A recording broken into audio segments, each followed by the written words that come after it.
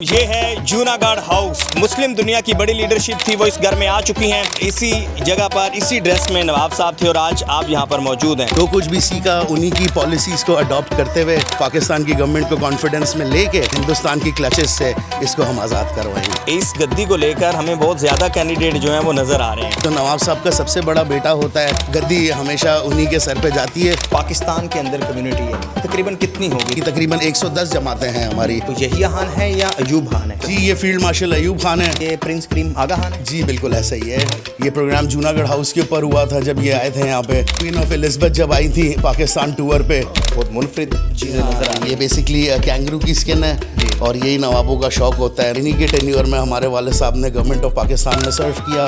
जो आपको टेबल नुमा दिखाई दे रहा है, ये एक म्यूजिकल इंस्ट्रूमेंट है। यही ऑफिस है नवाब जहांगीर खान जी साहब का। ये नवाब साहब जो है बेसिकली पाकिस्तान मोहम्मद अली जिन्ना बानी कायद के साथ इन्होंने ऐलान किया था। अस्सलाम वालेकुम, ये है जूनागढ़ हाउस। जूनागढ़ हाउस एक तारीखी महल होने के साथ साथ एक हब है, एक तारीख है और एक दावा है। ये वो हाउस है जिस हाउस में मुस्लिम दुनिया की तकरीबन तमाम लीडरशिप आई थी। जी हाँ, कराची में वाक़ ये जूनागढ़ हाउस में फिर शाह फैसल हो, किंग फैसल हो, यासिर अरफात हो, जुल्फ़कार अली भुट्टो हो, शाहनवाज़ हों या फील्ड मार्शल अयूब खान हों, तमाम जो मुस्लिम दुनिया की बड़ी लीडरशिप थी वो इस घर में आ चुकी हैं। और इस घर में पहले नवाब हुआ करते थे, नवाब जहांगीर खान जी साहब। उनके इंतकाल के बाद अब इस गद्दी को संभाला है उनके नौजवान जानशीन नवाब अली मुर्तज़ा खान जी साहब ने। और आज हम आपको जूनागढ़ हाउस भी विज़िट करवाएंगे, नवाब अली मुर्तज़ा साहब से मुलाकात भी करवाएंगे। और अब जूनागढ़ जो कि एक मुतनाज़ इशू है बिल्कुल कश्मीर की तरह, उसको लेकर, उस काज को लेकर कैसे चलेंगे ने नवाब। अस्सलाम वालेकुम नवाब साहब, कैसे हैं? कैसे मिजाज हैं आपके? खैरियत से हैं आप? अल्हम्दुलिल्लाह। मुझे याद आ गया लास्ट टाइम जब मैं आया था तो नवाब साहब के साथ हमने इसी तरह प्रोग्राम का इंट्रोडक्शन दिया। मोइन साहब उस वक़्त मौजूद थे और इसी जगह पर इसी ड्रेस में नवाब साहब थे और आज आप यहाँ पर मौजूद हैं। नवाब साहब के जाने के बाद अब एक बड़ी ज़िम्मेदारी आपके कंधों पर आ चुकी है। इस कॉज़ को लेकर आप कैसे चलेंगे, क्या तब्दीली रोनमा हुई? जी देखें, सबसे पहले तो मैं आपको ये बताता चलूँ कि तकरीबन 20 साल की मेरी मेहनत है जो मैं अपने वालिद साहब के साथ चरणों में बैठ के और जूनागढ़ के कॉज़ के ऊपर उनके साथ मेहनत करता रहा।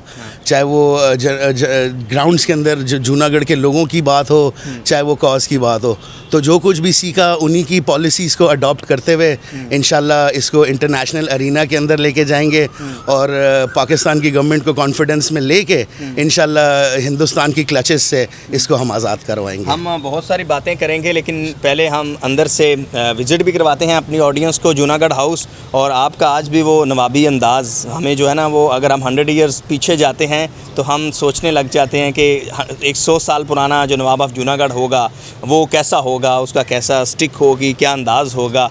अच्छा, एक बड़ा अहम सवाल है, नवाब साहब के जाने के बाद जो है इस गद्दी को लेकर हमें बहुत ज़्यादा कैंडिडेट जो हैं वो नज़र आ रहे हैं। जी हाँ, जी हाँ, बिल्कुल।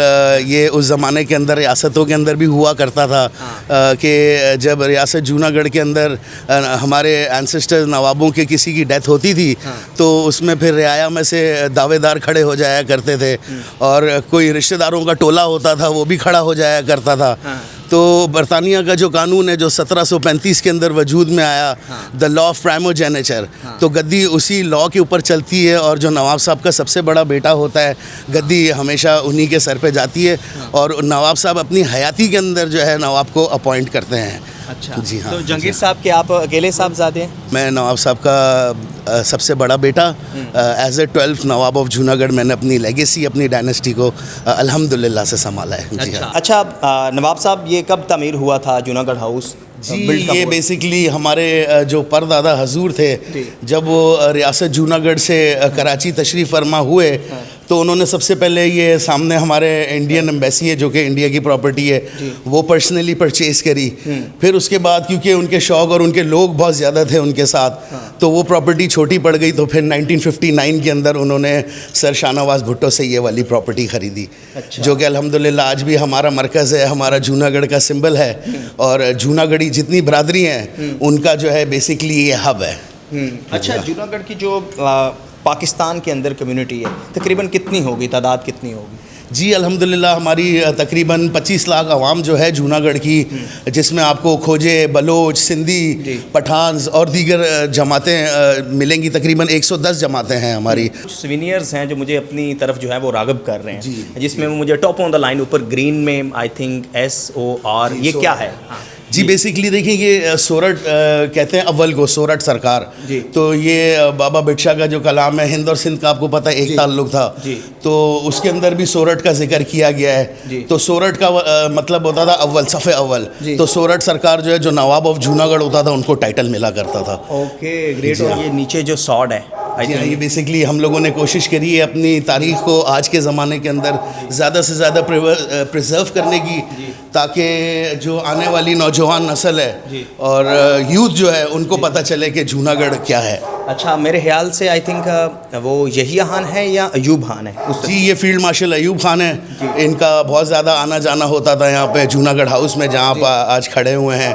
और ये पोर्ट्रेट जो आप देख सकते हैं, ये हमारे दादा हजूर की, उनकी दस्तारबंदी की। अच्छा, नवाब दिलावर खान जी? नवाब दिलावर खान जी की जब वो नवाब बने तो फील्ड मार्शल अयूब खान ने उनकी officially by the government of Pakistan उनकी दस्तारबंदी करी। अच्छा व्यूवर्स, इंटरेस्टिंग बात यह है कि आपको अपनी स्मार्ट स्क्रीन पर जो विजुअल्स नज़र आ रहे हैं, आज भी ये घर जो है वो जैसे कहते हैं ना कि सारे कदीमा तभी जो है वो प्रिजर्व के तौर पर होता है जब उसकी आपको एक्चुअल नेचुरल लुक नज़र आ रही हो। तो हमें वो नेचुरल लुक जो है ना वो दिखाई दे रही है। मेरे ख्याल से वो आपने कुछ ज़्यादा उसको रेनोवेट नहीं किया। जी बेसिकली देखिए, सबसे पहले मैं आपको ये बताता चलूँ कि ये जूनागढ़ हाउस की एक अपनी तारीख़ है, एक सिंबल है। इसके अंदर जितने भी आप देखें तमाम बड़ी से बड़ी शख्सियत, बड़े से बड़ा आर्टिस्ट, बड़े से बड़े फ़नकार उस ज़माने से लेकर आज तक अभी तक आना जाना उनका लगा रहता है। और सबसे बड़ी बात इसकी ये कि 4 नवाब जो हैं, नवाब सर हिज़ाइनस मेरे परदादा हजूर मोहब्बत खान जी, फिर उसके बाद मेरे दादा हजूर दिलावर खान जी, फिर मेरे वालिद मोहतरम नवाब जहांगीर खान जी, तो वो तीनों नवाब जो हैं इसी घर से जो हैं वो मतलब जब से इंडिया से आए थे, जब से इसी घर में क़याम किया उन्होंने। और इसी घर में रहे। अच्छा, यहाँ पर आई थिंक ये प्रिंस करीम आगा खान है? जी बिल्कुल ऐसा ही है। ये प्रिंस करीम आगा खान है, ये हमारी दादी हजूर हैं। ये प्रोग्राम जूनागढ़ हाउस के ऊपर हुआ था जब ये आए थे यहाँ पे, तो ये इस गार्डन की तस्वीर है, आप देख सकते हैं। और फिर ये क्वीन ऑफ एलिज़ाबेथ जब आई थी पाकिस्तान टूर पे, तो ये खान ऑफ कलात हैं जो हाथ मिला रहे हैं। फिर उसके साथ नवाब खैरपुर हैं, प्रिंस मेहंदी शाह साहब, उनके वाले साहब। जी हाँ व्यूअर्स, देखिएगा कि शायद ही कोई ऐसा एक घर हो जिसमें इस कदर बड़ी शख्सियात आ चुकी हों। यानी जब मैंने इंट्रो में आपको बताया कि ये एक घर नहीं बल्कि एक तारीख़ है, तो ये जो मलका एलिज़ाबेथ हैं जिनके साथ जो हाथ मिला रहे हैं, ये कौन है? जी ये Khan of Kalat. Khan of कलात हैं, साथ उनके कौन खड़े? उनके नवाब खैरपुर जी, फिर उसके साथ हमारे दादा हजूर जी, हमारी दादी हजूर, और फिर आगे ये आपके चिल्लात के नवाब। बिल्कुल ऐसा ही है। हमारे वाले साहब ने बहुत वर्किंग करी यहाँ से बैठ के अपनी कम्युनिटी के लिए, जूनागढ़ के कॉज के लिए, और इंशाल्लाह ताला हम भी वही करेंगे जो हमारे बड़ों ने किया। अच्छा, यहाँ पर मुझे कुछ ये बहुत मुनफरिद चीज़ें नज़र आ रही हैं। ये बेसिकली कैंगरू की स्किन है, और यही नवाबों का शौक़ होता है, नवाबों के कल्चर के अंदर चलती हैं ये चीज़ें सारी। जी हाँ, this is a kangaroo skin basically. Radio है जी बिल्कुल, ये सारी जो है हमारे पुरानी कलेक्शन है बेसिकली, और हमने कोशिश ये की गई है कि इनको ज़्यादा से ज़्यादा चीज़ों को प्रिजर्व किया जाए, ताकि हमारी आने वाली जो नस्लें हैं, जो हमारी नेक्स्ट जनरेशन है, उनको ये पता चल सके कि जूनागढ़ की पाकिस्तान के लिए कितनी बड़ी कुर्बानी थी। जी हाँ, नवाब साहब की मोहतरमा बेनज़ीर भुट्टो साहबा के साथ, ये मोहतरमा बेनज़ीर भुट्टो साहब के साथ इनकी तस्वीर बहुत चाहती थी माशाल्लाह हमारे वाले साहब को, और इन्हीं के टेन्योर में हमारे वाले साहब ने गवर्नमेंट ऑफ पाकिस्तान में सर्व किया। ये ग्रामोफोन है, आप देख सकते हैं। ये आजकल मतलब कहने का ये कि आज के दौर में आपको ये इम्पॉसिबल है, कहीं नहीं मिलेगा देखने को।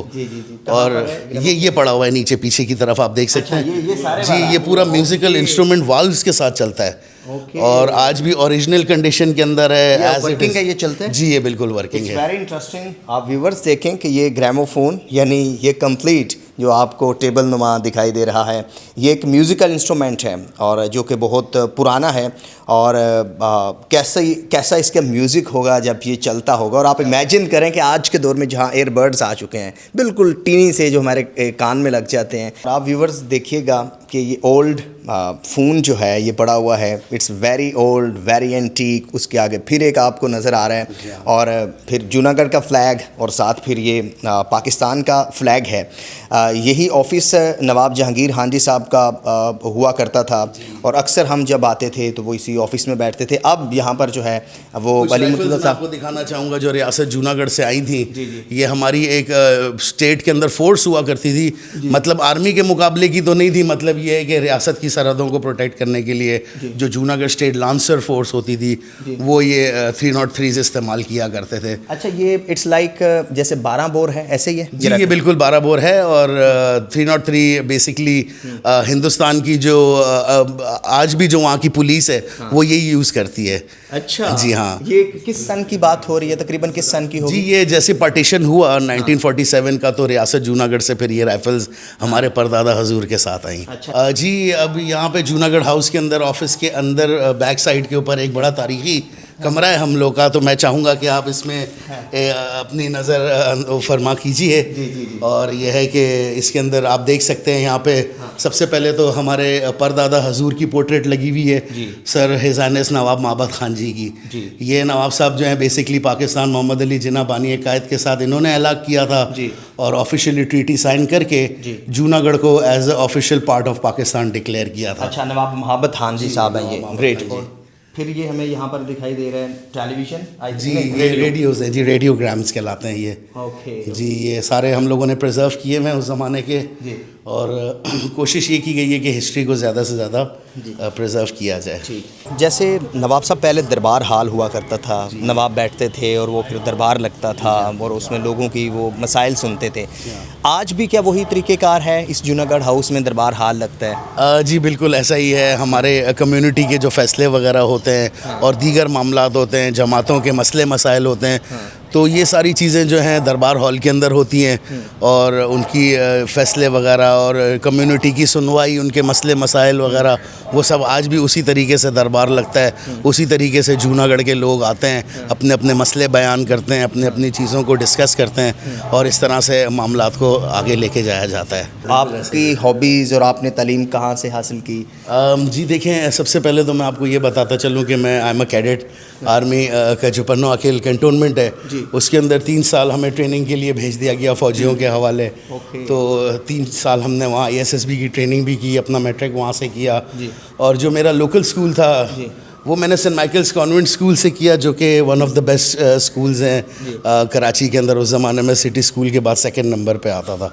फिर उसके बाद मैं निकला अमेरिका, मैंने बोला मैं जाके वहाँ यूनिवर्सिटी करूँगा अपनी, मगर अनफॉर्चुनेटली फिर हम लोग बिज़नेस वगैरह के अंदर पड़ गए थोड़ा सा। हमने बोला बिज़नेस वगैरह को देखते हैं, तो वो डिग्री वगैरह वहाँ से हो नहीं पाई। अच्छा। तो ये है कि अल्हम्दुलिल्लाह सबसे बड़ी तरबियत जो होती है वो आपकी फ़ैमिली की तरफ से आपको मिलती है और वो मुझे सबसे ज़्यादा मिली है जो शजरा बाय शजरा चली आई है। अच्छा, यहाँ ये वाली कुछ तस्वीरें मुझे बहुत ज़्यादा राग़िब कर रही हैं और मैं जैसे देख रहा हूँ तो वो एक तारीख़ में चला गया हूँ। कहाँ की ये तस्वीर है? जी, ये यहीं जूनागढ़ हाउस की तस्वीर है और हमारे दादा हजूर के जो कुछ ऑफिशियल गेस्ट वगैरह आए हुए हैं तो उसमें ये हमारी जूनागढ़ की जमात है, शीदी जमात कहलाती थी। तो ये फिर एज ए एंटरटेनमेंट अपना शीदी वाला वो गेटअप करके और अपना वो पूरा जूनागढ़ का ट्रेडिशन कॉस्ट्यूम करके और वो उस तरीके से डिस्प्ले पे वो ड्रामा क्रिएट करते थे एंटरटेनमेंट के लिए। अच्छा, और ये वाली तस्वीर? जी, ये जब हमारे दादा हजूर he was a very good cricketer basically ना, तो कट कर लो। अच्छा, वो सामने वाली कॉर्नर वाली तस्वीर में? जी, ये तस्वीर जो आप देख सकते हैं ये तस्वीर रियासत जूनागढ़ की तस्वीर है और वहाँ से ही यहाँ पे आई है। तो इसके अंदर आप देख सकते हैं कि as a Nawab of Junagadh मेरे परदादा हजूर बैठे हुए हैं एक तरफ और दूसरी तरफ जो है वो तराजू के अंदर सारी चांदी है और बीच में हमारे दादा हजूर एज ए हैर पेरेंट वाली अहद वो खड़े हुए हैं और ये बाकी सारे रिप्रेजेंटेटिव्स जो हैं वो खड़े हुए हैं। और होता ये था कि सिल्वर जुबली के ऊपर जब चांदी के अंदर तोला जाता था, नवाब साहब खुद बैठते थे एक तरफ और एक तरफ सारी चांदी होती थी। फिर वो चांदी जितनी भी वज़न के हिसाब से बनती थी वो फिर जूनागढ़ के गरीबों के अंदर जो है तकसीम की जाती थी नवाब साहब की तरफ से। अच्छा। क्योंकि जूनागढ़ आपको पता है एक प्रीमियम वेलफेयर स्टेट थी। अच्छा, नवाब साहब हुकूमत की तरफ से कोई वजीफ़ा मिलता है? जी नहीं, अभी तक तो कोई ऐसा वजीफ़ा नहीं है, मगर इंशाल्लाह ताला गैज़ेट नोटिफिकेशन जो है वो मेरा पेंडिंग के अंदर है। इंशाल्लाह उम्मीद है मुझे कि वो जब आ जाएगा तो फिर कुछ ना कुछ सूरत हाल बदलेगी इंशाल्लाह। अली मुर्तज़ा जो कि अब नए नवाब हैं, नए सरबराह हैं जूनागढ़ स्टेट के, तो ये किस तरह से लेकर चलेंगे, ये सारी इनकी टीम है और ये वही टीम है जो कि नवाब साहब के साथ गुज़िश्ता कई दिहाइयों से, सालों से नहीं बल्कि कई दिहाइयों से साथ है। अपने मेज़बान से मंच को इजाज़त दीजिए और अपने कमेंट्स फीडबैक से ज़रूर आगाह कीजिएगा। Thank you very much.